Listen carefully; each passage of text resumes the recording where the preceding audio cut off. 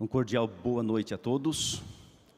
Sejam bem-vindos à casa do Senhor nessa noite de quinta-feira, nossa penúltima reunião às noites. No sábado o encerramento é na parte da manhã, e nosso louvor a Deus por sua disponibilidade, por sua decisão de vir aqui e ouvir a palavra do Senhor nesta semana profética. Hoje o assunto é sobre a revelação de quem é o chifre pequeno e automaticamente quem é a besta do Apocalipse 13. Um tema que estamos abordando desde sábado passado e vamos até o próximo sábado. Todas as noites, nossa campanha aqui está baseada em Daniel e Apocalipse, especialmente Daniel 7, em paralelo com Apocalipse 12 e também Apocalipse 13. Eu agradeço a Deus esse privilégio de estar com você durante essa semana e poder estudar juntos essa mensagem tão especial e tão atual, porque a palavra do Senhor, ao mesmo tempo que é antiga, é atual, ela fala ao nosso coração. Seja muito bem-vindo. A você que nos assiste pela internet, meu abraço e também a minha gratidão pela sua disponibilidade em estar conosco nessa noite. Seja sempre bem-vindo aqui. Talvez é a primeira noite que você está assistindo. Se você tiver alguma dúvida, todos os outros programas permanecem gravados nesse mesmo canal, que é o canal oficial da Igreja Adventista do Sétimo Dia de Arthur Nogueira, São Paulo. E ainda dá tempo de você compartilhar o link com pelo menos mais 5 pessoas. E essas pessoas podem ser beneficiadas e certamente serão beneficiadas pela palavra do Senhor, tá bom? Falando em primeiro dia, assim por diante, tem alguém aqui hoje, aqui presente, que nessa semana é a primeira vez? Levante a mão se alguém pela primeira vez. Temos uma amiga aqui, lá atrás também, mais pelo menos umas 2 pessoas. Muito obrigado pela presença de vocês, sejam sempre bem-vindos e bem-vindas aqui, tá bom? Ontem tivemos o batismo do irmão Xan. E essa semana, até sábado, teremos mais pessoas que serão batizadas. Ok? Vamos fechar os olhos, fazer uma prece. Eu agradeço a dupla que cantou aqui. Louvado seja Deus pela participação de vocês. Vamos fechar os olhos e orar. Pai Celestial, nosso Criador e nosso mantenedor, em nome de Jesus, vosso Filho amado e nosso bendito Redentor, elevamos a nossa prece de adoração ao teu santo e bendito nome. O Senhor é o único digno de ser adorado, de ser exaltado e glorificado. Nós, ó Pai, somos fracos, pecadores, mas estamos aqui por tua graça, por tua misericórdia e pelo sacrifício que Jesus fez por nós. Se não fosse o sacrifício de Jesus, se não fosse o teu sangue derramado por nós na cruz, o que seria da gente? Por isso, ó Pai, toda honra e glória nós damos ao Senhor. E pedimos o perdão dos nossos pecados. Por favor, lava nossa mente e nosso coração no sangue de Jesus. Que nessa noite nada atrapalhe a obra do Senhor em nós e através de nós. Envia, Senhor, os teus anjos aqui dentro, ao redor e ao derredor desta igreja, para que absolutamente nada atrapalhe o Senhor operar as tuas maravilhas em nossa vida. Envolva cada um aqui em teus braços. Por favor, ó Pai, derrama o Espírito Santo sobre cada homem, cada mulher. O Senhor conhece o coração de cada um, conhece as lutas. Conceda, ó Pai, a vitória, a libertação, conceda a graça, ó Pai, dessa pessoa prosseguir firme na fé. Apesar das lutas e das dificuldades, que essa pessoa olhe para o Calvário e veja que o Senhor permanece no trono, permanece no comando de todas as coisas. Pai, nós convidamos o Senhor Jesus para ser o nosso pregador, nosso professor e nos ensinar as tuas lindas e maravilhosas verdades. Em nome de Jesus, nós oramos. Amém.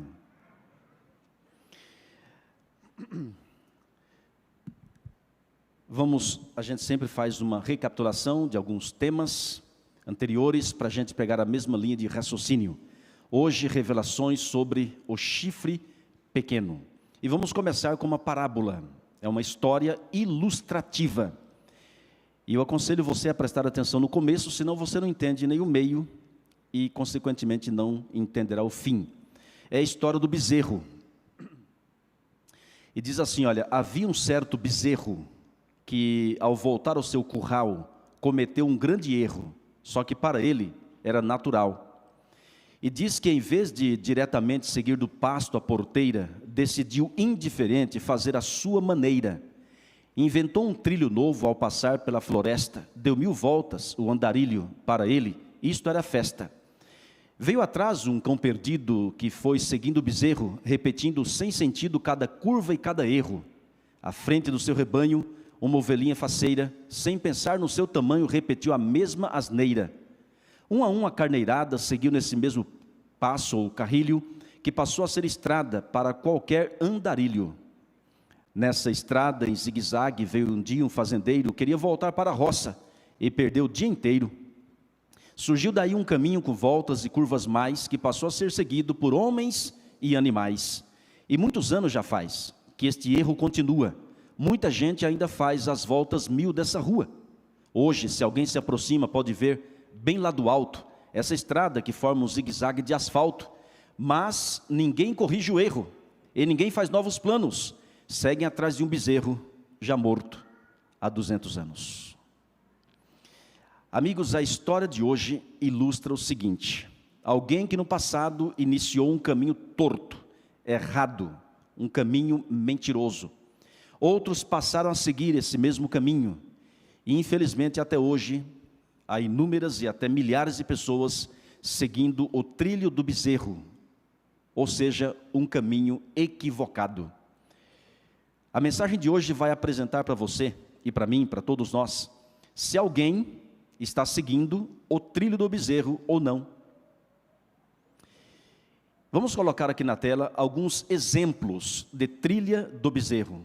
Tem, por exemplo, a questão da comida e da bebida. Como é que funciona o trilho do bezerro com respeito à comida e à bebida? Funciona assim: fulano come, fulana bebe, então vou beber e comer da mesma forma. Eu pergunto, se você descobre pela Bíblia que o que a pessoa come e bebe, Deus não aprova, ou seja, é pecado, é errado, você vai seguir no mesmo caminho? Ou você, pela sabedoria que Deus lhe dá, tomar a decisão de abandonar esse caminho errado e seguir o caminho direito? Se você permanecer no erro, isso não é sabedoria. Sabedoria é conhecer a verdade e colocar em prática. Também com respeito à vestimenta. Fulano se veste assim, fulana se veste assim. Eu pergunto, e se a maneira que a pessoa se veste, Deus também não aprova? Você vai seguir a maioria só pelo costume, pela tradição, ou terá coragem de mudar de vida? O trilho do bezerro é pior ainda com respeito à religião. Como é que funciona com respeito à religião? A pessoa diz assim: os meus tataravós eram dessa igreja, os meus bisavós também, os meus avós, os meus pais, eu pertenço à mesma igreja e vou morrer nela.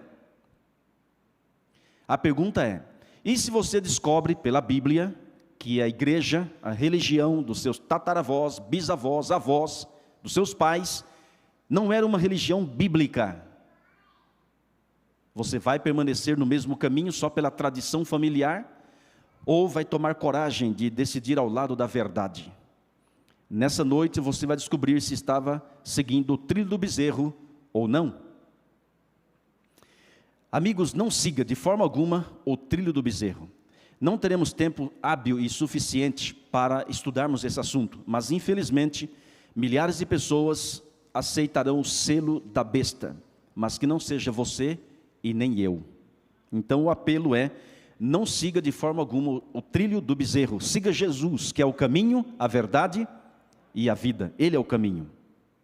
Muito bem, o profeta Daniel sonhou com 5 animais, certo ou errado?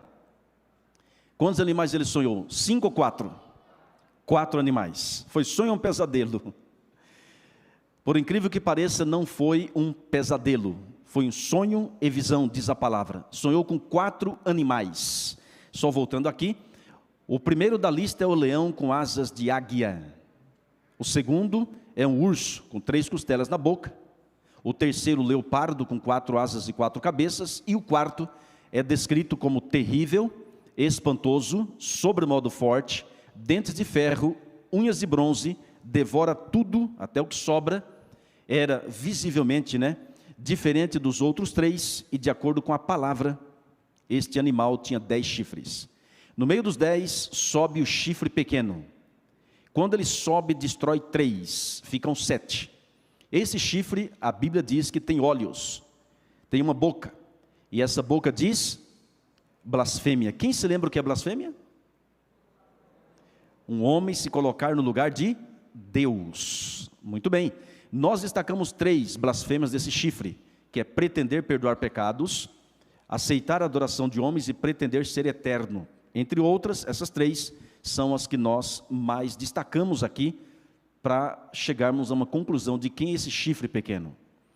Amigos, nós vimos que o leão com asas de águia representa a primeira nação a dominar esse planeta no contexto profético, que foi a Babilônia, que dominou do ano 605 a 539 a.C.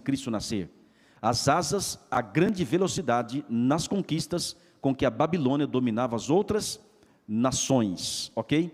O segundo animal da lista, que é o urso, com 3 costelas na boca, representa a nação medo-persa, que dominou do ano 539 a 331 antes de Cristo nascer. As 3 costelas representam as 3 nações, as que mais ofereciam resistência ao domínio da nação medo-persa: a Lídia, o Egito e a própria Babilônia.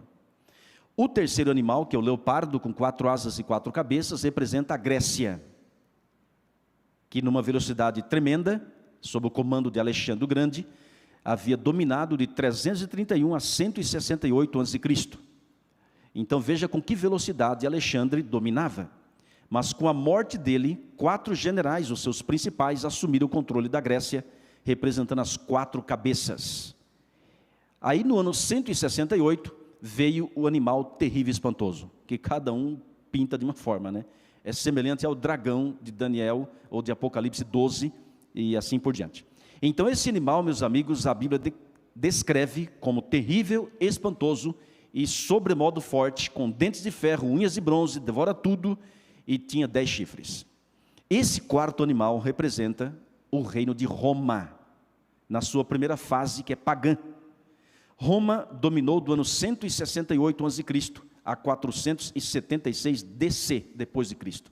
Foi o reino que mais dominou. Começou antes e terminou depois, na sua fase pagã. Só que em 476, no término do seu domínio, Roma é invadida por 10 tribos bárbaras, literalmente 10, que fez a divisão do Império Romano no que se tornou a Europa Ocidental. E depois dessa divisão veio o chifre pequeno. Olha aqui na tela, olha aí. Aqui nós temos a divisão. Temos aí os anglo-saxões, a Inglaterra, a tribo francos passou a ser a França, os visigodos, uma região da Espanha, suevos, Portugal, os vândalos, também sul da Espanha, lombardos, região norte da Itália. Nós temos, aqui lá em cima, alemanos, germanos, ou germanos a Alemanha, burgundos a Suíça, e aí os ostrogodos a Áustria, os lombardos norte da Itália e os érulos sul da Itália. É interessante que vândalos, érulos e ostrogodos, essas regiões foram eliminadas com o surgimento do chifre pequeno. E nós verificaremos como isso aconteceu de acordo com a história. Gente, esse chifre pequeno é o foco, para a gente entender e não sermos enganados. Veja como Deus é didático, Ele nos leva a pesquisar e a entender o assunto, para não sermos enganados. Imagine se Daniel e Apocalipse já falassem os nomes direto, desse nomes aos bois. Há muito tempo que esses poderes teriam destruído a Bíblia. É claro que houve tentativa, mas Deus sempre preservou a sua palavra. Essa semana, antes de ontem e ontem, fizemos um paralelo de Daniel 7 com Apocalipse 12, e também fizemos um paralelo com Apocalipse 13, isso vimos ontem.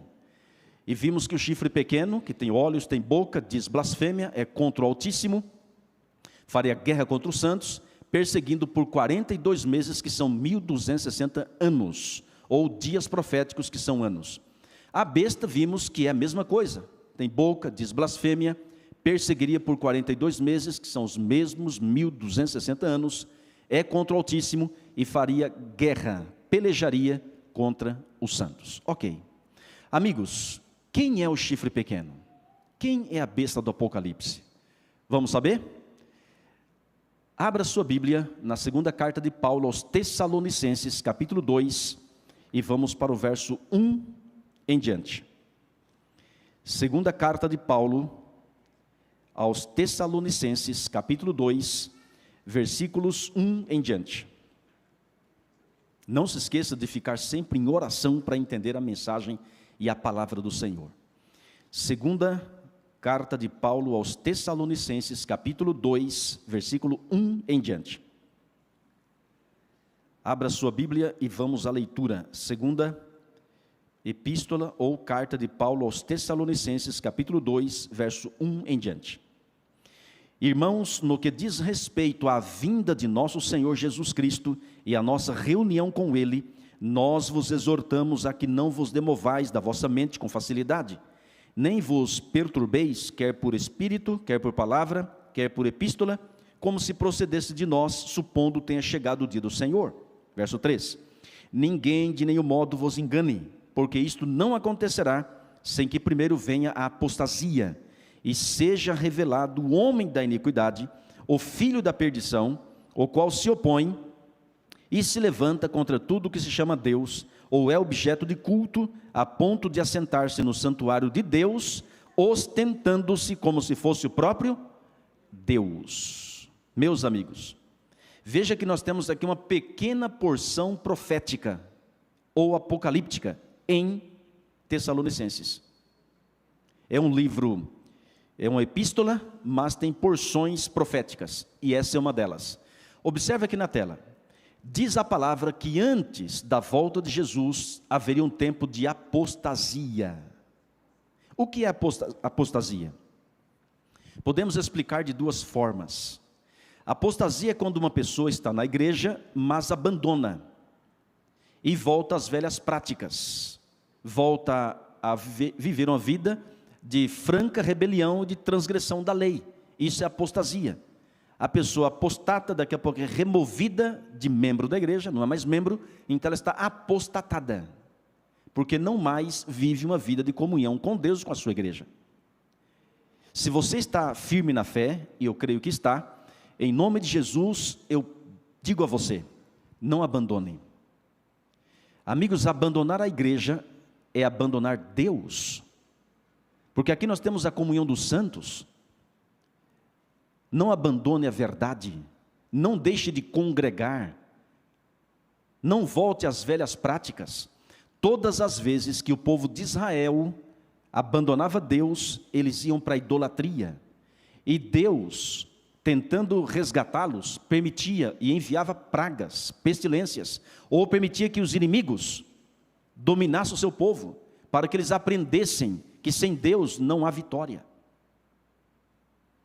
Então não abandone Deus, e se você abandonou, a porta da graça está aberta, e Deus chama você de volta. Deus está de braços abertos, lhe esperando, para que você possa voltar, enquanto é tempo. Esse é um tipo de apostasia, mas o segundo tipo de apostasia, a meu ver, é pior, é terrível, é espantoso. Por quê? Normalmente a pessoa não abandona, não sai da igreja, ele permanece na igreja, só que começa a duvidar das crenças fundamentais, diz que recebeu uma nova luz, não sei de onde, alguém lhe falou algo sobre aquilo que ele acredita, colocando em dúvida, e começa a receber mensagens que não são de Deus. Por exemplo, essa questão de santuário celestial, essa questão de juízo final, essa questão de Ellen White, dom de profecia, isso aí não está certo não. Aí começa, negócio de sábado, e outra, devolver dízimo para pastores comprarem carros novos. Não, está tudo errado. E daqui a pouco eles começam a dizer assim, a oração tem que ser só ajoelhado. Daqui a pouco eles começam a ir para um lado do perfeccionismo.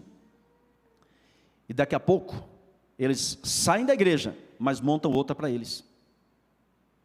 Aí não tem onde evangelizar, e vem para cá tirar o povo de Deus da igreja. É uma obra satânica. Amigos, eu sou perfeito? Não. Você é perfeito? Não. Se há alguma reforma, e há, sem dúvida, reforma a fazer na igreja, deve ser em mim, em você, e não fora da igreja. Jesus enviou 7 cartas às 7 igrejas descritas no Apocalipse: Éfeso, Esmirna, Pérgamo, Tiatira, Sardes, Filadélfia e Laodiceia. São 7 períodos de uma mesma igreja. Não existe uma 8ª, onde a pessoa vai sair, montar uma para ele e falar: essa é verdadeira, e aquela é Babilônia. Isso não existe. A característica do povo de Deus dos últimos dias é mornidão, sim, mas também é profético um reavivamento e reforma dentro da igreja. Esse tipo de apostasia, irmãos, leva pessoas a misturar verdades com mentiras. E isso é Babilônia, isso sim, isso é algo diabólico. A igreja tem como cabeça o Senhor Jesus Cristo. Há mais de 150 anos ela foi estabelecida. É claro que existe desde o Éden, mas há mais de 150 anos atrás, Deus levantou um povo para dar a última mensagem a este mundo carcomido pelo pecado. E Deus permanece no trono e no comando da sua igreja. Antes da volta de Jesus, haveria um tempo de grande apostasia. Irmãos, eu vou dizer para você, essa questão, um detalhe sobre a questão do perfeccionismo, isso não existe. Porque pecado, irmãos, não é questão apenas de atos pecaminosos. É uma questão de condição da natureza humana. Você é um pecador, eu sou um pecador. Se você se trancar num quarto e ficar uma semana trancado, aí você fala assim: não pequei essa semana. Você é um pecador, não tem jeito. Você já nasce com essa natureza. Então, não existe perfeccionismo porque nossa natureza não permite. Aliás, o principal problema do perfeccionista é que ele não é perfeito. A perfeição em Cristo sim, porque Jesus é perfeito. Então, Ele em nós, aí a perfeição em nós. Deus passa a olhar a gente não como somos, mas como Cristo é, perfeito. É por isso que a parte de Jesus não há salvação. Irmãos, qual é o ser humano que comparece diante do tribunal de Deus e fala: eu mereço a salvação? Isso e aquilo outro, como o fariseu da parábola. Não existe isso aí. Nenhum homem ou mulher vai alcançar a salvação por suas boas obras. O que ele tem que fazer? Aceitar a vida perfeita de Cristo, substituindo a dele, pela fé e diariamente em comunhão com Deus. Aí a justiça de Jesus os cobre. Diz a palavra assim: nenhuma condenação há para os que estão em Cristo Jesus. Exatamente. Então, meus queridos amigos, quando Deus olha para a gente, Ele vê Jesus em nós. E quem comparece no juízo? Jesus comparece. E fala: eu paguei o preço, eu morri por Ele, eu dei a vida por Ele. Então essa questão de perfeccionismo não existe, mas a apostasia nos últimos dias inclui esse tipo de apostasia, mistura de verdades com mentiras. Amigos, a besta do Apocalipse 13, ou chifre pequeno, mistura verdades com mentiras. Em suas crenças ou doutrinas tem muitas coisas que são bíblicas, mas a maioria é invenção, é dogma e é paganismo. Esse é um tipo de apostasia terrível e espantosa. E diz a palavra que antes da volta de Jesus teria esse tempo e que seria revelado o homem da iniquidade. Não é a mulher da iniquidade. É o homem da iniquidade, é o filho da perdição. Esse filho da perdição se opõe e se levanta contra Deus. E diz a palavra: se assenta no santuário de Deus, ostentando-se como se fosse o próprio Deus. Você se lembra o que é blasfêmia? Um homem se colocar no lugar de Deus, está aí. Então Paulo, escrevendo aos Tessalonicenses, está nos apresentando a atitude diabólica do chifre pequeno. Esse filho da perdição, que se opõe e se levanta contra Deus, ele tem um santuário, veja que é religioso, um santuário, e lá recebe adoração, ostentando-se como se fosse o próprio Deus, e tem gente que adora, que serve, que lhe obedece. Ah, meus amigos, quem é esse filho da perdição? Quem é esse homem da iniquidade? Quem é? esse chifre pequeno? Vamos lá? Presta atenção agora na questão histórica. Você se lembra sobre o período de domínio do chifre pequeno? Que foi 1260 dias proféticos, ou seja, 1260 anos. Quando é que começou e quando terminou? Começou exatamente em 538 depois de Cristo. Daqui a pouco veremos por que começou nessa data. Se você somar os 1260 dias proféticos ou anos, você chega ao ano de 1798. Como é que você sabe, pastor, que começou aqui o domínio do chifre pequeno? Você se lembra que o chifre pequeno, ao surgir, abateu 3? As 3 tribos abatidas pelo chifre pequeno foram Érulos, Vândalos e Ostrogodos. A tribo Érulos foi abatida em 493 depois de Cristo, a Vândalos em 534 e a última em 538. Por quê? Essas tribos se tornaram arianas, seguidoras de um homem chamado Ário. Ário, sem dúvida alguma, foi um herege. O que é um herege? É aquele que muda a palavra de Deus, ou entende totalmente errado ou equivocado e começa a transmitir. Ário começou a pregar, a ensinar que Jesus não era Deus, mas era o primeiro a ser criado por Deus. Creatio ex nihilo, criado a partir do nada. E isso não é bíblico. Jesus, irmãos, nunca foi criado por ninguém. Ele nunca passou a existir, ele sempre existiu.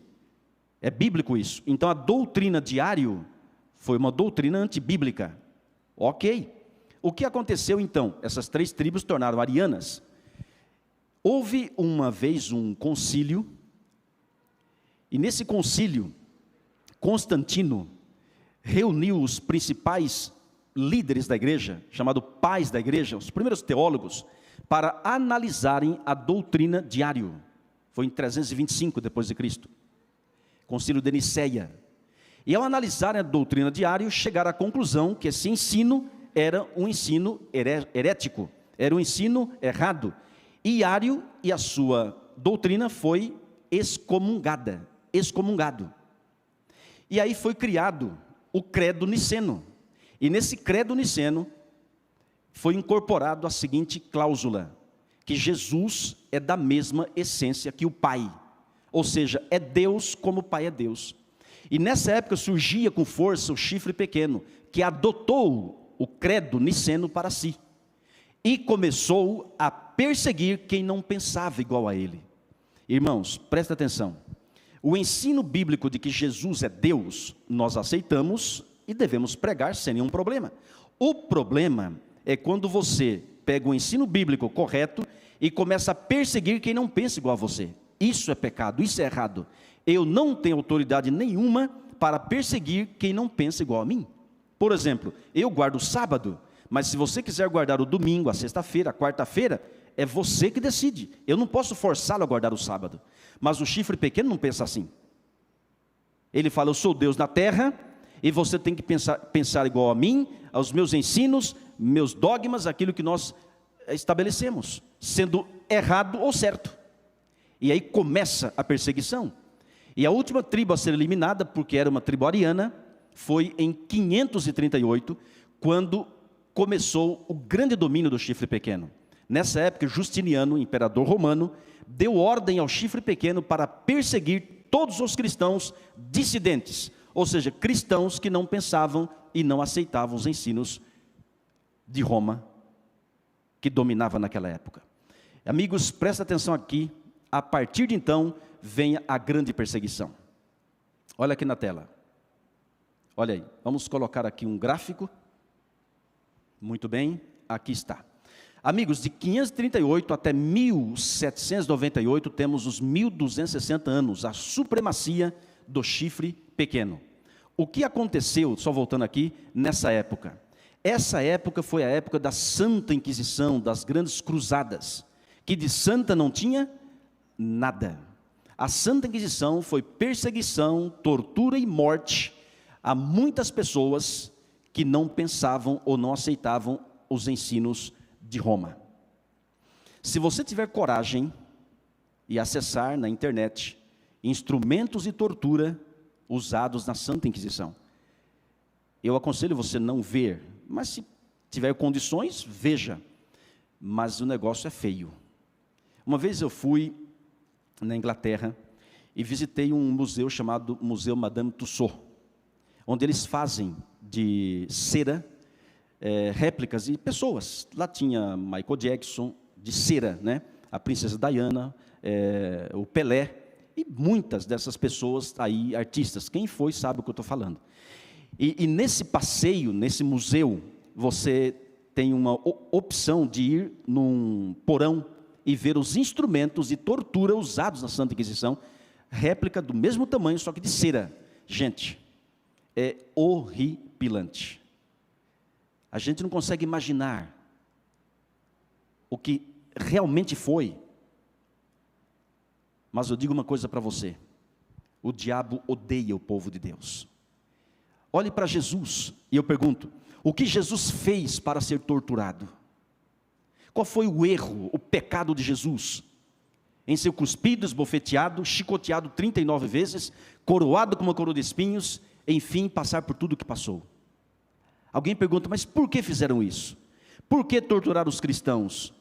Amigos, a guerra é contra o mal. O inimigo odeia quem serve a Deus. Nem todos foram perseguidos, mas a maioria foram perseguidos. A Santa Inquisição matou milhares de pessoas.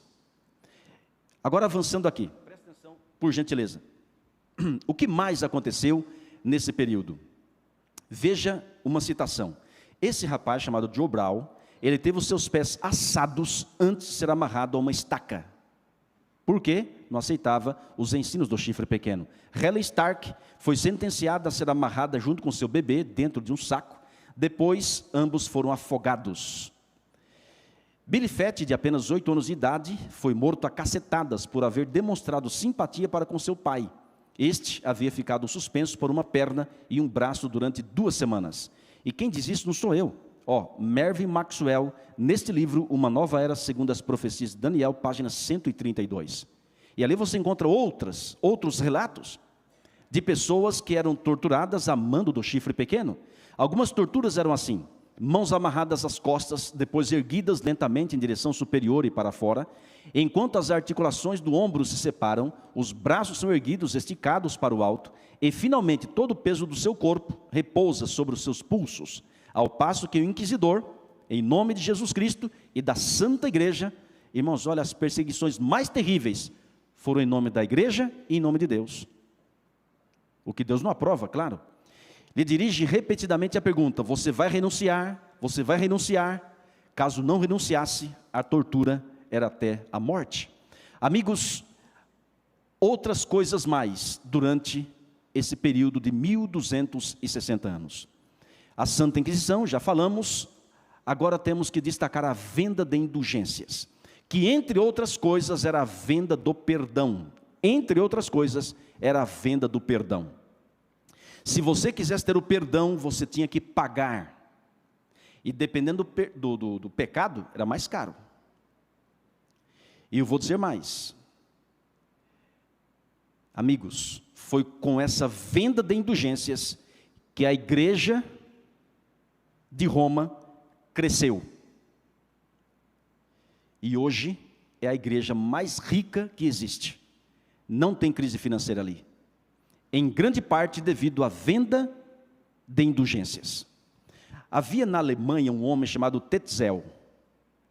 Era o grande promovedor das indulgências nas igrejas da Alemanha. Ele colocava uma cruz de madeira na frente e fazia apelos para as pessoas irem à frente e depositarem xelins, que era a moeda da época. E quando essa moeda batia lá no fundo do local, a pessoa tinha tantos anos de perdão.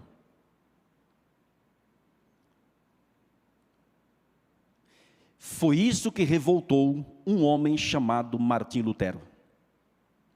Martinho Lutero nasceu na igreja do Chifre Pequeno, cresceu ali, se tornou certa vez teólogo e professor de teologia, mas ele começou a ficar indignado com a venda das indulgências, entre outras coisas.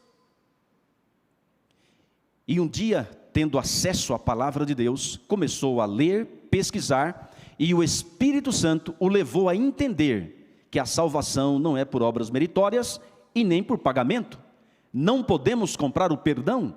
Ele entendeu que nós recebemos o perdão pela fé, pela graça do Senhor. Ficou indignado. E um dia, no seu escritório, preparou 95 parágrafos ou teses contra as indulgências e a favor da doutrina bíblica da justificação pela fé.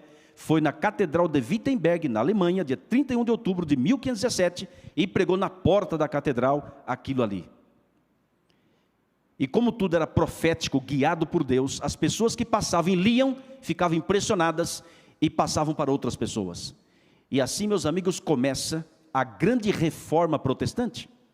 É bom lembrar que a palavra justificação e perdão são uma e a mesma coisa. Justificação pela fé é o mesmo que perdão pela fé, e não por pagar. Alguém pagou o preço, mas foi Jesus, lá na cruz. Você e eu não precisamos pagar. É pela fé na graça. Amigos, as pessoas diziam: você é louco, Martim Lutero, o que está fazendo? E ainda na classe de teologia dele, ele pregava para os alunos, ensinava para os alunos. E eles diziam: você vai morrer nas fogueiras da Santa Inquisição.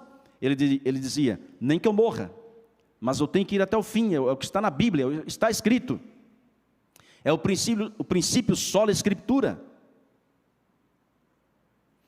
Um dia Martim Lutero foi chamado na dieta de Worms para se retratar. É interessante como historiadores descrevem o que aconteceu na dieta de Worms. Ele foi levado e perguntaram se os livros que ele havia escrito eram de sua autoria. Ele disse: de minha autoria. Ok. E você vai se retratar? Amigos, diante de multidão, diz um comentário de J.H. Merle d'Aubigné, que Martim Lutero parou, pensou. Não é fácil, irmãos. Ele estava enfrentando, humanamente falando, o império, mas Deus estava com ele. Ele parou, pensou e disse: sobre isso respondo amanhã. E as pessoas ficaram estarrecidas. Umas diziam: ele vai se retratar, ficou com medo. E realmente Martim Lutero temeu. Foi para o seu local de pousada, e diz o comentário que aquela noite não dormiu. Passou a noite inteira lutando com Deus, e dizendo: Senhor Deus, me ajuda, me ilumina, me dê forças. Senhor, eu não posso me retratar, é a verdade, é a tua palavra. Lutava com Deus e chorava. Até que em certo momento dessa luta com Deus, ele sentiu uma paz como nunca havia sentido, e a certeza que Deus estava na direção e ele estava no caminho certo. Dia seguinte foi chamado novamente e perguntado: esses livros são de sua autoria? Sim. E você vai se retratar? E ele respirou fundo e disse: não vou me retratar, não posso me retratar. Amigos, precisamos de homens e mulheres mais semelhantes a Martim Lutero, que não aceitou seguir o trilho do bezerro, mesmo em face da morte, permaneceu firme naquilo que ele havia estudado, que é a palavra do Senhor. Não morreu nas fogueiras da Santa Inquisição, morreu de outro jeito. Mas é interessante que Roma não ficou quieta, porque em 1517 a grande reforma aconteceu, mas futuramente Roma não ficou quieta. E em 1519, Roma estabeleceu, fundado por Inácio de Loyola, os jesuítas, com o objetivo de fazer frente à reforma e restabelecer o domínio do papado, que estava abalado. Os jesuítas têm um voto de perpétua pobreza, simplicidade e humildade. É por isso que o Papa Francisco é simples, ele é jesuíta. E o jesuíta, irmãos, tem uma disciplina férrea, e tem um lema. E esse lema é o seguinte: esse controle, digamos, controle aqui dos slides, ele é preto, mas se a igreja dizer que é branco, um jesuíta diz que é branco por dever de consciência. Isso está na revista Veja, quando o Papa Francisco tomou posse. Uma reportagem grandiosa sobre ele. Ou seja, está escrito na Bíblia sábado, mas a igreja diz é domingo, então eles ficam com o domingo com dever de consciência. Amigos, Roma não muda. Roma permanece a mesma, mas Deus é maior que tudo. Deus está na direção da sua igreja. Deus cuida do seu povo. E nosso rumo é o céu, é a Canaã celestial. Apesar das lutas, das perseguições e assim por diante. Além disso, irmãos, o chifre pequeno foi chamado de o representante de Deus na terra. Irmãos, sabia que você pode ser um representante de Deus, no sentido de servi-lo e ser um embaixador? Pregar o evangelho, você está em nome de Deus? Agora, dizer que apenas um ser humano é representante de Deus e todo mundo tem que ir a Ele, para Ele ir a Deus por nós, isso é blasfêmia. Isso é pecado. Sabe por quê? De acordo com a Bíblia, o único representante pessoal de Deus na terra é o Espírito Santo. Porque Jesus fisicamente está no céu, mas aqui Ele está pela pessoa magnífica do Espírito Santo. Que mais? Irmãos, o chifre pequeno estabeleceu aqui, e quem quiser depois eu passo todas as datas, viu? Tem um livro chamado Inovações do Romanismo em ordem cronológica. E você vai ver todas as datas dentro desse período.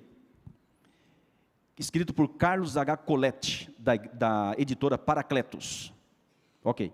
Irmãos, a canonização dos mortos é outra invenção de Roma. E o que é isso? É tornar uma pessoa que já morreu santa. Primeiro tem o reconhecimento de supostos milagres. E depois que é reconhecido o suposto milagre, tem a beatificação e depois tem a santificação. E digamos que a pessoa chama-se Francisco, mas se foi canonizado, não mais apenas se chamará Francisco, mas São Francisco. Aí tem São Francisco, Santo Antônio, Santa Luzia, São Pedro, assim por diante.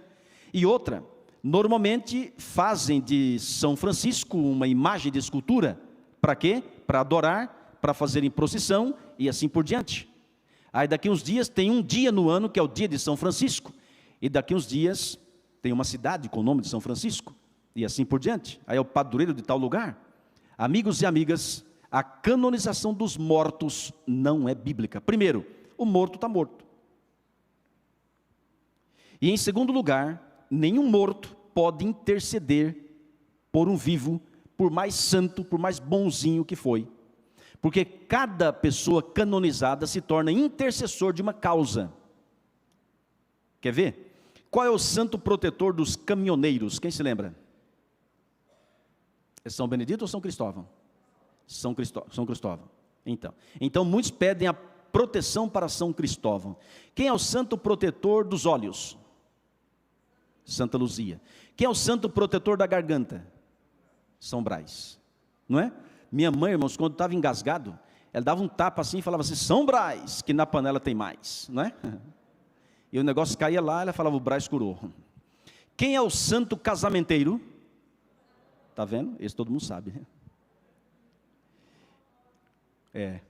Então veja, irmãos, isso tira a intercessão de Cristo. Sendo que a Bíblia é clara, há um único intercessor entre nós e Deus, que é Jesus Cristo. Não é Maria, não é Pedro, não é João, não é Tiago, não é você, não sou eu. O intercessor junto ao Pai é Cristo, e não os santos mortos. E outra, irmãos, estão mortos, não estão vivos. Aí fere uma outra doutrina bíblica da mortalidade da alma. A pessoa que morre não está viva. Ah, pastor, mas e a alma? A alma é mortal, porque nós somos uma alma. Mas o que é que sai da pessoa? É o fôlego de vida. Esse fôlego volta para Deus. Enfim, essa é uma grande mentira. Não existe canonização dos mortos de acordo com a Bíblia. E é por isso, irmãos, que existe a adoração de imagens nas igrejas do chifre pequeno, que é a adoração de imagem de escultura. E aí fere o segundo mandamento, que diz, não farás para ti imagem de escultura, nem semelhança alguma do que é em cima nos céus, nem embaixo na terra, nem nas águas debaixo da terra. Veja quantos erros que até hoje existe. Que mais? O batismo de crianças recém-nascidas e ainda por aspersão. dois erros gravíssimos aí. Na Bíblia não existe batismo de criança recém-nascida. E ainda mais com um pouquinho de água na cabeça. É interessante notar que alguns filmes de Jesus, que aparecem na televisão, Jesus entra no Rio Jordão e alguém pega um pouco de água e coloca na cabeça dele. Irmãos, está tudo errado. Jesus foi imersão e não com um pouquinho de água na cabeça. A palavra batismo vem do grego baptizo, que significa imergir, mergulhar, afundar.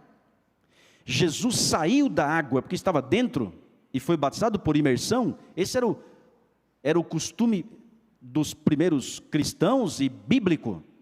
Mas depois, por conveniência, Roma começou a batizar por aspersão, com um pouquinho de água na cabeça.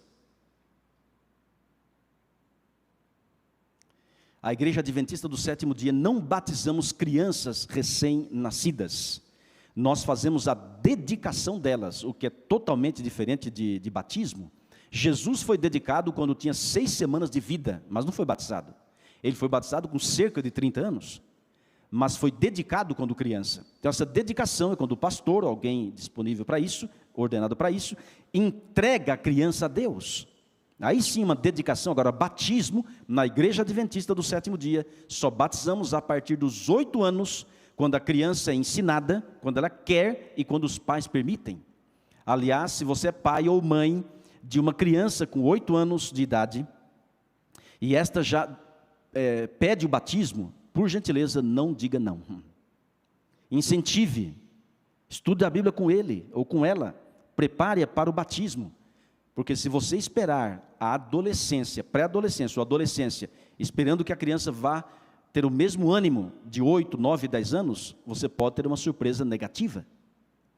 Então, a melhor idade, em termos de criança, é dos 8 aos 12. Aceitou? Incentive e permita que seja batizado para a honra e glória do Senhor. Não os impeçais, diz o Senhor Jesus Cristo. Amigos, batismo na Bíblia é por imersão e ainda com idade suficiente. Aliás, irmãos, olha aqui, só mais um detalhe. A pessoa, para ser batizada, no mínimo, tem que estudar a Bíblia, tem que crer em Jesus, tem que aceitar Jesus, crer em Jesus, e tem que se arrepender dos pecados. Eu pergunto, uma criança de berço, ela tem condições de estudar a Bíblia, de aceitar Jesus e se arrepender dos pecados? Claro que não. Ela não tem consciência do pecado, ela nasceu com uma natureza pecaminosa, mas não tem consciência do pecado. Ok? Avançando aqui. Aí, meus amigos, entra a confissão auricular de pecados. O que é isso? É confessar os pecados a um sacerdote, a um homem, em vez de confessar a Deus. Eu me confessava no padre. Uma vez estava me confessando no padre Hernani, lá em Sorocaba, interior de São Paulo. E um dia, o padre saiu assim da missa, estava todo transpirando, estava muito calor. Alguém falou, padre, você está transpirando.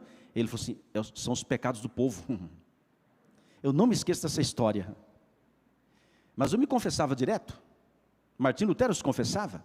Mas a Bíblia fala, não pode. Irmãos, você tem que confessar os seus pecados a Deus, a Cristo. Entra no teu quarto, fecha a tua porta, fala com teu pai, e teu pai vai te abençoar. Irmãos, o que estamos falando hoje é uma construção desse sábado. Quem veio outras noites está entendendo perfeitamente. Muito bem, o que mais? Irmãos, em 1545, no Concílio de Trento, a tradição romana foi considerada igual ou acima da Bíblia. E você sabe que até hoje tem tradições romanas que permeiam o mundo, ou boa parte. Quer ver? Existe um dia no ano que eles chamam de Sexta-feira Santa. E minha mãe dizia, não pode correr, não pode pular, não pode jogar bolinha de gude, não pode soltar pipa, e não podia fazer mais nada, ficar em casa. Mas, irmãos, não existe isso. O único dia santo na Bíblia qual é? É o sábado. Mas tem tradições aí que as pessoas aceitam, não estudam, não sabem de onde vem. E entre outras tradições. Sabe o que Jesus disse? Vocês invalidam o mandamento de Deus por causa da vossa tradição. E quando uma tradição entra em choque com a palavra de Deus, obviamente devemos ficar com a palavra de Deus. O que mais? Irmãos, infalibilidade da ponta pequena, do chifre pequeno. Amigos, esse é um dogma terrível. Existe um livro chamado O Papa e o Concílio. Só a introdução dele é impressionante, feito por Rui Barbosa. Se você tiver condições de adquirir, esse livro já está esgotado há muitos anos. Você pode pegar aí em sebos, né, em livros usados. Eu tenho um exemplar dele. Irmãos, é impressionante como ele explica quão terrível é essa crença, esse dogma da infalibilidade. Irmãos, o Papa fala ex cátedra. O que é isso? O que ele fala é lei.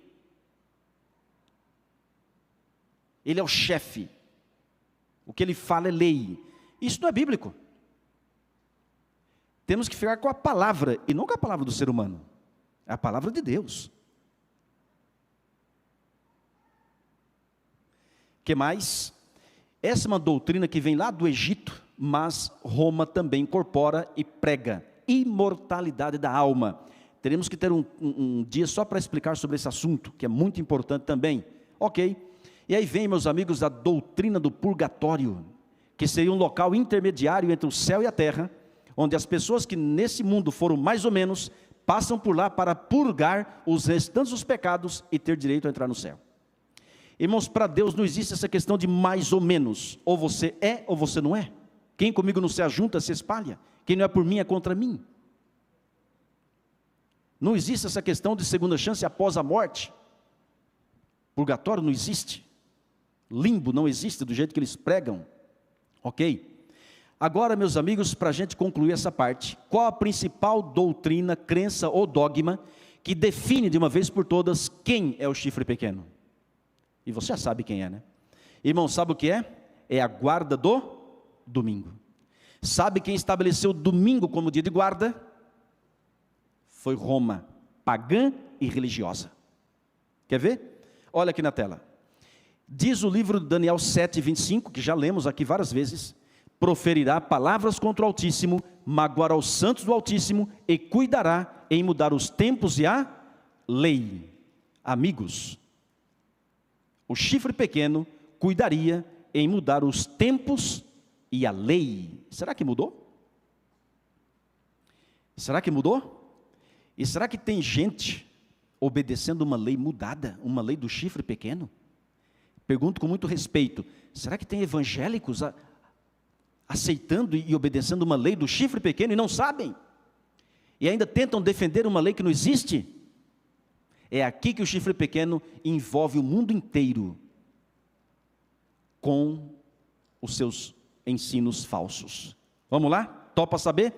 Irmãos, nós vamos colocar aqui, não vamos ler agora, mas vamos colocar o que está em Êxodo, capítulo 20, do 3 ao 17, os 10 mandamentos escritos pelo dedo de Deus. Primeiro mandamento, o que é que diz?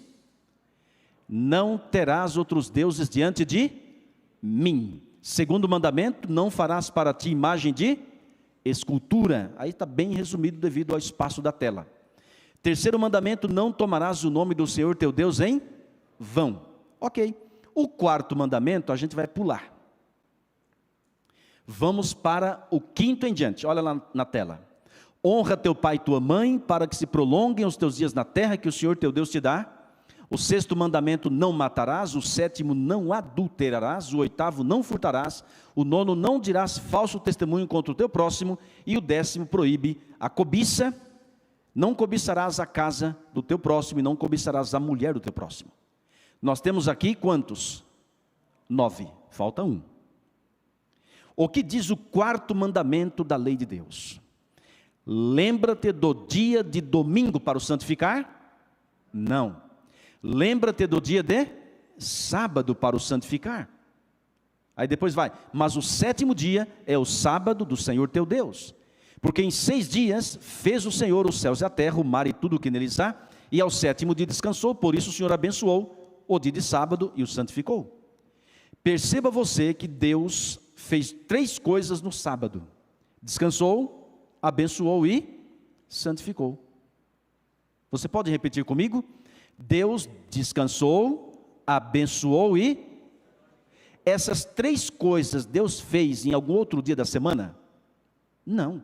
Irmãos, o único dia que Deus descansou, abençoou e santificou, é o sétimo, é o sábado. E quando Deus fala assim, olha, lembra-te, é por dois motivos. Primeiro, que o ser humano ia esquecer. Segundo, é porque já existia. Você não pode se lembrar de algo que não existia. Irmãos, a origem do sábado não é aí na Escritura, no Monte Sinai, nas tábuas da lei, não. Irmãos, a lei de Deus existe desde a eternidade. Lá no céu, quando Lúcifer pecou, isso prova que tinha lei. No jardim do Éden, quando Adão e Eva pecaram, isso prova que tinha lei, porque pecado é transgressão da lei. No livro de Êxodo, capítulo 16, veja que aqui é Êxodo capítulo 20, quando o povo de Israel sai do Egito, e estão vagueando no deserto, Deus envia o maná para o seu povo. O maná é o pão dos anjos, onde eles pegavam aquelas sementes, né, parecendo semente de coentro, mas tinha gosto de mel, eles preparavam pães e bolos. Deus dá para a gente coisa gostosa, né? Sabor de mel, olha aí. Enfim, aí o povo de Deus colhia. E cada dia da semana, cada um deveria colher o que poderia comer. Ninguém poderia colher, digamos, na segunda para terça, para na terça-feira dormir até meio-dia e não ir colher. Porque o maná caía. E se a pessoa fosse lá quando o sol já estava alto, ele derretia. E se a pessoa colhesse em dobro hoje para amanhã, o que ele deixava para o dia seguinte cheirava mal e dava bicho. Está na Bíblia. Só que na sexta-feira Deus falou assim, vocês podem colher em dobro. Porque no sábado Deus não mandava o maná. No sábado não é dia de ganha-pão, é dia de comer o pão ganho. E no sábado, irmãos, não cheirava mal e nem dava bicho. Guardar o sábado é uma atitude de aceitar a salvação pela graça, porque é plena confiança que Deus proverá. O sábado, antes da lei, está lá em Êxodo capítulo 16, e bem antes também. Alguém fala, mas pastor, o sábado não foi dado para o povo de Israel? Eu pergunto, você raciocina, Adão e Eva eram israelitas? Era povo judeu? Irmãos, o povo judeu só foi estabelecido com as 12 tribos de Israel, os filhos de Jacó, mas a lei já existia. Amigos, essa teoria, esse ensino de que o sábado foi dado só para o povo de Israel, não é bíblico. O sábado é do Senhor, amém? E quando fala aqui, irmãos, 6 dias trabalharás, é começando em que dia? No domingo, primeiro dia. Aliás, qual é o primeiro dia da semana?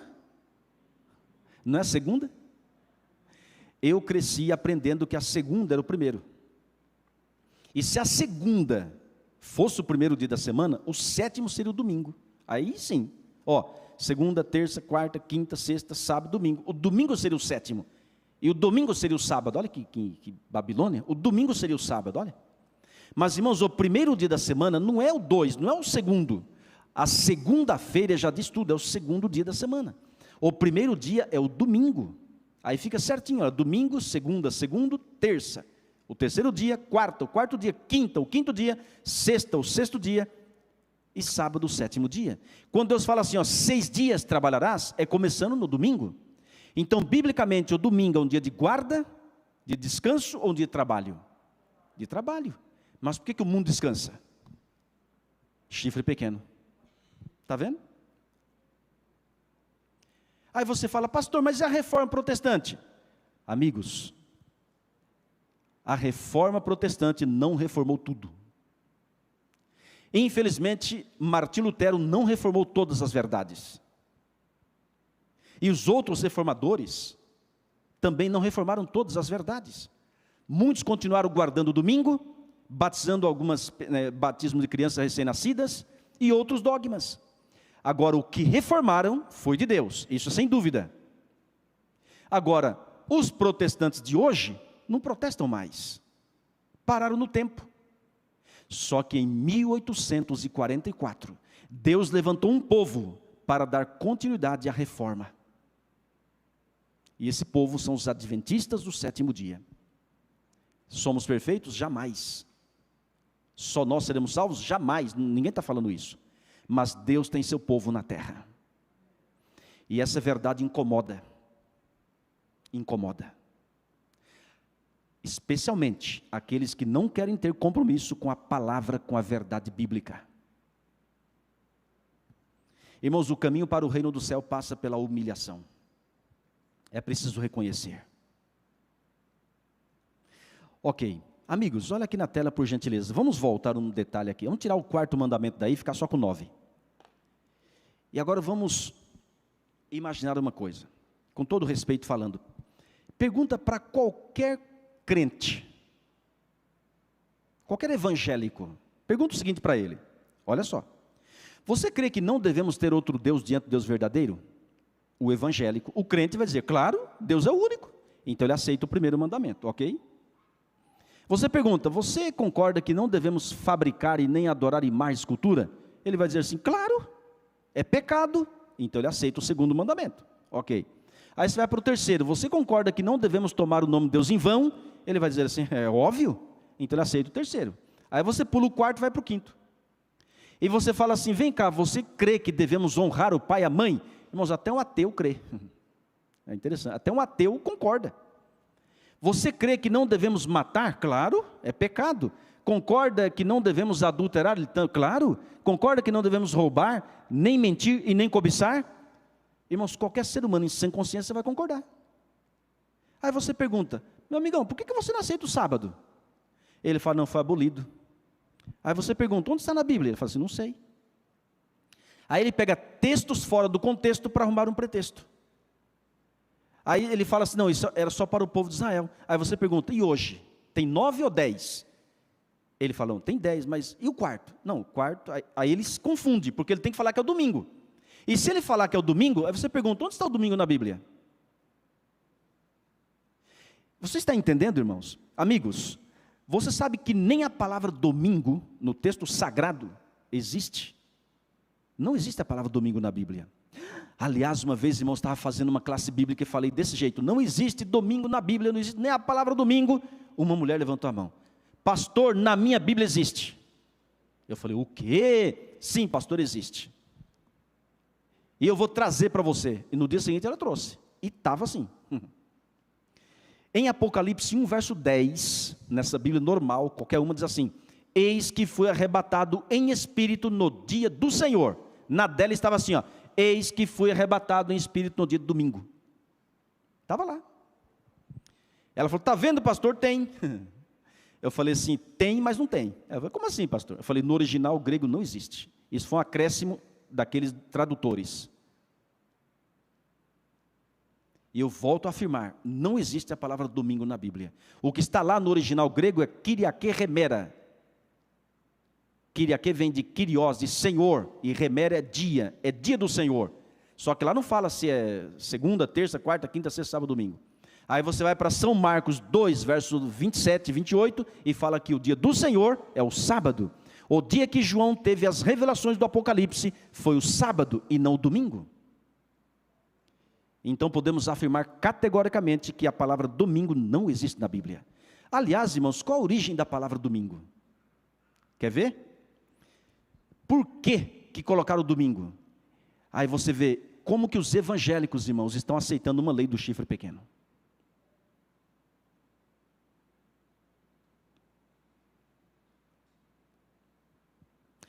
Agora, olha aqui na tela.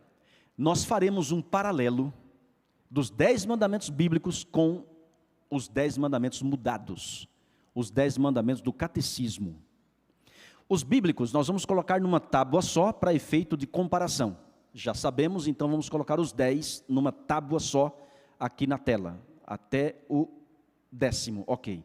Desse lado, vamos colocar os 10 mandamentos do catecismo romano. Porque é de Roma que vem o chifre pequeno. E agora você vai ver como é que o mundo está enredado por uma grande falsidade.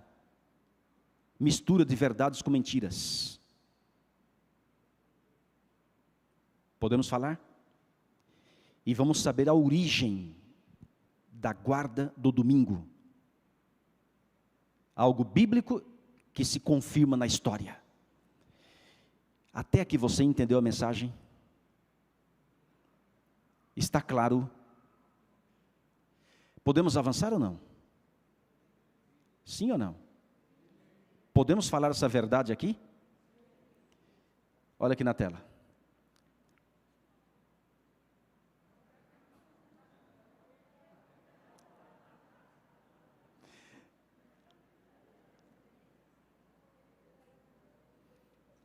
Irmãos, eu estou orando todo dia para terminar mais cedo, não tem jeito.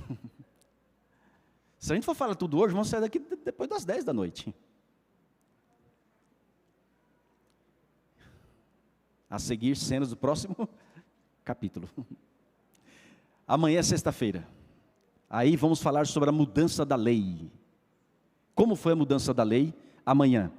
Mas olha aqui na tela, repita comigo esse texto por gentileza, todo mundo junto, vamos lá? E conhecereis a verdade, e a verdade vos libertará.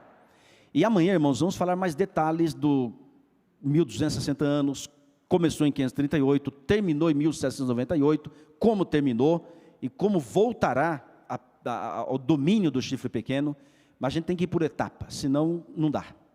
Amigos, Deus quer libertar o ser humano, e a verdade liberta. Deus é verdade, Jesus é verdade, a lei é verdade, a palavra é verdade. Precisamos conhecer. Esse conhecimento não é teórico, irmãos, é prático, é experimental. Oséias 4, verso 6 diz: o meu povo perece por falta de conhecimento. Não conhecimento teórico apenas, claro que precisamos, mas é o conhecimento experimental. Temos que ter uma experiência com o Senhor, com a Bíblia. Temos que ir aos pés do Salvador. De acordo com o livro de Apocalipse 13, verso 8, quem vai, futuramente adorar a besta? Aqueles que não têm o nome no livro da vida. Milhares, infelizmente, adorarão a besta, aceitando um falso sábado, aceitando um sábado espúrio, menos os fiéis do povo de Deus. O nome da pessoa é escrito no livro da vida, quando aceita Jesus, se arrepende dos pecados e é batizado. Ontem batizamos o irmão Kizan. O nome dele foi escrito no livro da vida. Alguém fala assim: pastor, não é arrogância falar que a pessoa está com o nome no livro da vida? Não. Em Lucas 10, verso 20, Jesus diz aos seus apóstolos e discípulos: alegrai-vos não porque os espíritos maus se vos submetem, mas porque o vosso nome está escrito nos céus. O meu nome está lá. Agora, se você não perseverar até o fim, aí é arriscado. Irmãos, nossa alegria nessa terra é a certeza da salvação em Cristo. A certeza da salvação em Cristo, aí sim, não em você mesmo. Por isso que o cristão não se exalta, ele exalta Jesus, porque a salvação é de Jesus, não ele. Porque a natureza humana, irmão, já está perdida. O ser humano já nasce perdido, já nasce em pecado. É por isso que o seu primeiro nascimento não lhe garante o reino do céu. Jesus disse para Nicodemos: quem não nascer de novo não pode ver o reino de Deus. Mas como é que um pode nascer novamente? Tem que voltar ao ventre materno? Não, Nicodemos. Quem não nascer da água e do Espírito não pode entrar no reino do céu. Não importa a sua idade, se tem 8, 10, 20, 50 anos, é preciso nascer de novo. E a expressão bíblica nascer de novo é nascer de cima, porque de baixo já nascemos. E quando você nasce de novo, você é registrado de novo. O seu primeiro registro na cidade do seu nascimento não vale para o reino de Deus. Quando você é batizado, você é registrado no cartório do céu, na cidade celestial. Você passa a ser um cidadão do céu, nessa terra peregrino, apenas de passagem. Amigos, Deus quer escrever o seu nome no livro da vida, e para isso é preciso tomar uma decisão de ser batizado. Você que nos assiste pela internet, você aqui da região de São Paulo, fora de São Paulo, ou fora do Brasil, Deus chama você. Você esteve conosco a semana toda, você já recebeu estudos bíblicos, você já conhece a verdade. Então, por que deixar para depois uma coisa que você pode fazer hoje? esta semana, amanhã é sexta-feira, podemos batizar você, se nada lhe impede, e podemos batizá-lo também no sábado pela manhã. Entre em contato conosco. Se você conhece algum líder da igreja, alguém da igreja, entre em contato e diga: eu quero ser batizado. Deus chama você, meu querido irmão, minha querida irmã. É com você mesmo que eu estou falando. Você que agora está ligado conosco. Talvez você está assistindo esse programa pela primeira vez na semana. Pegou um assunto forte, mas assista os anteriores. E você está agora ouvindo a voz de Deus.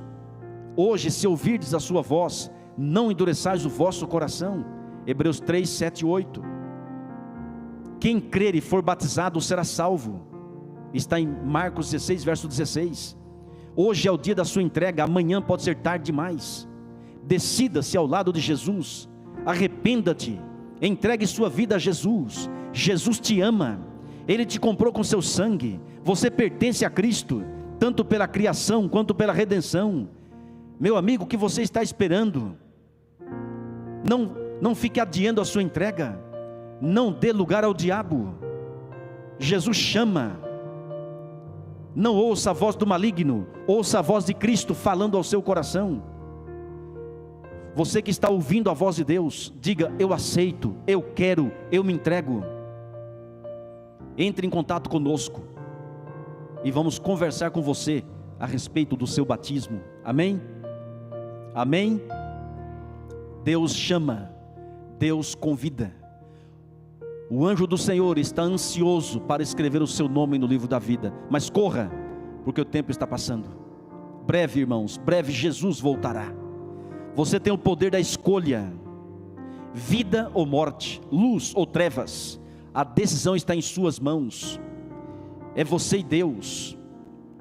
Eu gostaria que você repetisse comigo esse verso, pode ser? Vamos lá? Quem crer e for batizado será salvo. Quem, porém, não crer, será condenado. Repita comigo esse outro verso, por gentileza. Entrega o teu caminho ao Senhor, confia nele, e o mais ele fará. Esse outro ainda diz assim, por favor: hoje, se ouvirdes a sua voz, não endureçais o vosso coração. Atos capítulo 22, versículo 16. Ananias chega diante de Saulo e pergunta: e agora, por que te demoras? Por que você está demorando? Qual a razão de você ficar adiando e demorando a sua decisão? Quando o Espírito Santo chama, é porque chegou a hora. Ele quer entrar na sua vida, Ele quer fazer de você um vencedor. E eu encerro contando a história do Patrick. É esse rapaz aqui, ó. Aqui está a esposa, aqui está o filho. Esse daqui é o sogro do Patrick. Essa é uma tenda, um auditório móvel que nós usávamos em Santa Catarina. A gente armava em determinado bairro, enfim, colocava uns cadeiras. Gente, um lugar muito aconchegante, muito bom, muito limpo. E esse evangelismo foi em Guaramirim, próximo de Jaraguá do Sul, Santa Catarina. Por noite, irmãos, era esse grupo aí, cerca de 600 pessoas era o que cabia na tenda. A gente colocava ali vários ônibus. Tínhamos uma equipe grande de evangelismo. E aqui está o Patrick. Se você observar bem, ele está aqui segurando uma muleta. São duas, na verdade. Aqui. Era o primeiro a chegar na tenda no evangelismo. Ele, a esposa e o filho. E depois os parentes. Ele chegava mancando, com muletas e mancando, com muletas e mancando. E quando nós fazíamos apelos para a pessoa entregar a vida a Jesus, inclusive esse era um apelo, o Patrick era o primeiro a se levantar. Aí um dia, eu falei: Patrick, opa, passou demais, olha ele aqui, ó. Olha aqui. Um dia o Patrick chegou e disse: pastor, eu quero ser batizado. Aí ao preencher a ficha dele, de batismo, eu perguntei: Patrick, por que você entra mancando? Eu sei que tem algum problema, mas você pode me explicar? Aí ele contou a triste notícia, a triste história. Irmãos, o Patrick sempre foi digamos assim, um oponente da verdade. A esposa era luterana, a família toda luterana. Inclusive naquela região tem muitos luteranos, a gente ama os luteranos, ok. E ele zombava da esposa, da fé da esposa, da Bíblia, daquilo que ele estudava. Não acreditava nas coisas sagradas. Ele disse pessoalmente para mim que fazia questão muitas vezes sair numa sexta-feira e voltar no domingo de madrugada. Bebidas, vícios. O sogro chegou para ele e falou assim: cuidado, hein? Você pode levar uma cintada de Deus. É uma expressão forte. Irmãos, Deus não castiga ninguém. Mas o que ele quis dizer, um dia você pode sofrer as consequências. O Patrick trabalhava na WEG, uma fábrica de motores elétricos, que tem milhares de funcionários em Jaraguá do Sul. E a máquina que ele trabalhava era bem pesada, alta. Um dia deu um problema na máquina, e ele teve que subir em um local para tentar consertá-la, e a máquina engoliu as duas pernas dele. Uma literalmente caiu do outro lado, a outra ficou pendurada. Palavras dele. Futuramente teve que amputá-la. Ele falou: pastor, eu não tenho as duas pernas. Quer dizer, tenho, só que são mecânicas. Por isso que eu ando mancando. E quando eu fiquei sem as duas pernas, pastor, eu entendi o que meu sogro havia dito. Eu precisei, pastor, perder as minhas duas pernas para entender que eu estava caminhando para o caminho da perdição.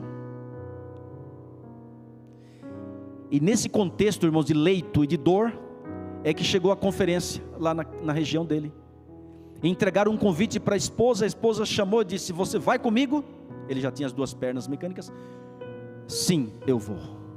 Irmãos, quando a pessoa está doente, se torna um paciente. E foi, e não faltou uma noite. Pastor, eu quero me batizar. Só, pastor, que eu não posso molhar as pernas, tem que tirar as pernas. Irmãos, 4 diáconos teve que pegar o Patrick nos braços e colocá-lo dentro do tanque. E 3 pastores tiveram que fazer o batismo dele. Mas ele foi batizado para a honra e a glória de Deus.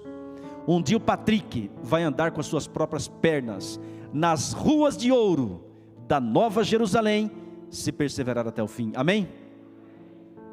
É uma notícia bonita de se ver, uma conversão. Claro, uma história dramática, mas foi assim que Deus entrou no coração desse homem. A esposa batizou, o filho se batizou, o sogro se batizou. Nós batizamos 121 pessoas, depois de 25 noites seguidas de evangelismo. E eu quero contar a história desse homem aqui, ó. Só que a história dele vai ser amanhã. Olha aqui, ó. Olha aqui. Eu era bem magrinho, né, gente? Olha aí. Amanhã, se Deus quiser. Você entendeu a mensagem de hoje? Ficou claro para você? Quantos nessa noite queriam dizer para Jesus assim: Senhor Jesus, eu quero renovar minha fé, quero renovar minha entrega,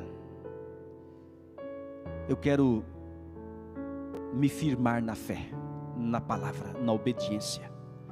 Talvez alguém veio para cá fraco na fé, desanimado, não lia mais a Bíblia, não fazia mais a lição da escola sabatina. Mas nessas noites você tem tido um encontro com a vida, um encontro com a palavra, e você precisa de uma reconsagração. Eu quero orar com você nessa noite. Irmãos, muito em breve o Senhor Jesus voltará a essa terra para nos buscar. Muito em breve nós o veremos com seus milhões de anjos. Jesus não vai pisar na terra, vai ficar parado no ar. Os seus anjos pisam na terra para buscar os seus escolhidos e levá-los ao encontro de Jesus nos ares. Irmãos, nós vamos subir a encontrar Cristo nos ares. E faremos uma viagem, segundo Apocalipse capítulo 8, cerca de meia hora, profeticamente falando 7 dias. Uma viagem fantástica por meio do universo, já imaginou? Até chegar na cidade santa, a Nova Jerusalém. O recepcionista vai ser o próprio Jesus, os anjos. e vai te recepcionar. Vinde, benditos de meu Pai, vocês possuem por herança o reino que vos está preparado desde a fundação do mundo. E os justos exclamam, aleluia, pois o Senhor Deus reina para todo sempre. Trajando vestiduras brancas, entraremos na cidade santa pelas portas, e ali você vai adorar Jesus pessoalmente. Ali você vai ver Abraão, Isaque, Jacó, Daniel, Ezequiel, a Virgem Maria que vai ressuscitar. Você vai ver Paulo, os apóstolos que se salvaram. Você vai encontrar tantos e tantos mártires que deram a vida, mas não arredaram o pé, não abandonaram a fé. E você vai ver uma pessoa que levou a Cristo e ao batismo. E eu quero encontrar você lá no céu. E eu quero que você me encontre no céu também. Um dia, irmãos, vamos subir a encontrar Jesus nos ares. Nós vamos ouvir o nosso amigo Israel. E eu quero convidar você que deseja renovar sua fé em Jesus, que nessa noite faça, que nessa noite se entregue. Pode colocar a música. Que nessa noite você fala, Jesus, firma-me na fé, muda meu coração, ajuda-me a orar mais, a estudar mais a tua palavra e a pregar mais o Evangelho. Se você deseja, se coloque em pé. E depois da música vamos orar por você. Essa música é muito bonita. Presta atenção na letra. O Senhor Jesus está conosco. Nessa noite, Ele quer morar no seu coração. Há muito tempo tenho ouvido a promessa de que virás para resgatar os filhos teus.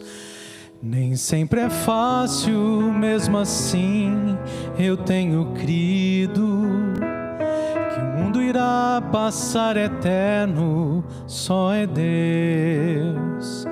Eu posso ver ao meu redor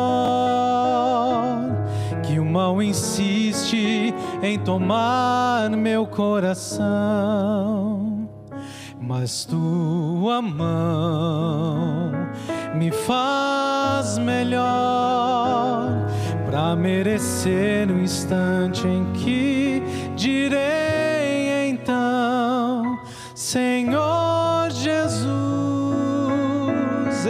estou aqui.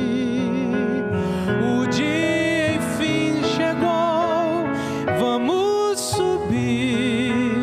Eu sempre quis olhar teu rosto como agora.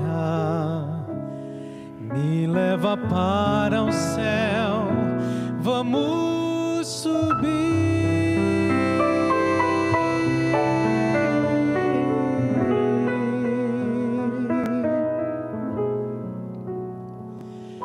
Mesmo que todos os amigos se afastem e que eu seja perseguido em meu viver,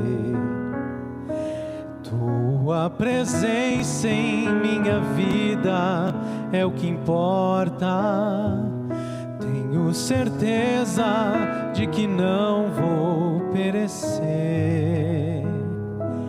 Eu posso ver ao meu redor que o mal insiste em tomar meu coração, mas tua mão me faz melhor para merecer o instante em que direi então, Senhor Jesus, estou aqui. O dia enfim chegou, vamos subir. Eu sempre quis olhar teu rosto como agora. Me leva para o céu, vamos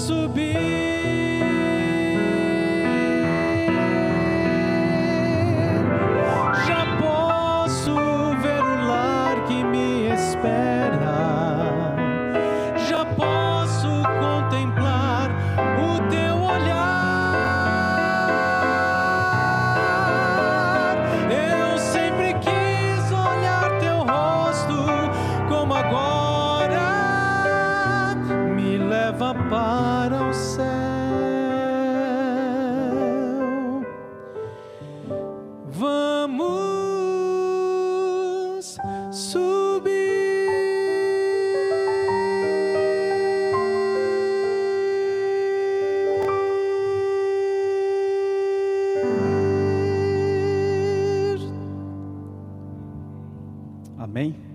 Oremos. Senhor, nos leve para o céu. Queremos subir, abraçá-lo, viver contigo por toda a eternidade. Para tanto, ó Pai, nos prepare, fortaleça a nossa fé, nos livre do mal e do pecado e da perdição. Eu, como ministro do Evangelho, Senhor, levanto minha mão sobre toda a tua igreja e peço que o Senhor levante a tua mão para a honra e glória do Senhor. Estenda sobre cada homem, cada mulher e venha batizá-lo com o Espírito Santo. Venha, ó Pai, nos preparar para as tuas obras nessa terra e para o teu reino celestial. Perdoa, ó Pai, os nossos pecados. Nos dê um novo coração, nos dê uma nova vida, nos dê uma ótima noite e amanhã nos traga para uma vez mais estudarmos a tua palavra, em nome de Jesus Cristo. Amém. Um abraço a todos e até amanhã, pela graça do Senhor.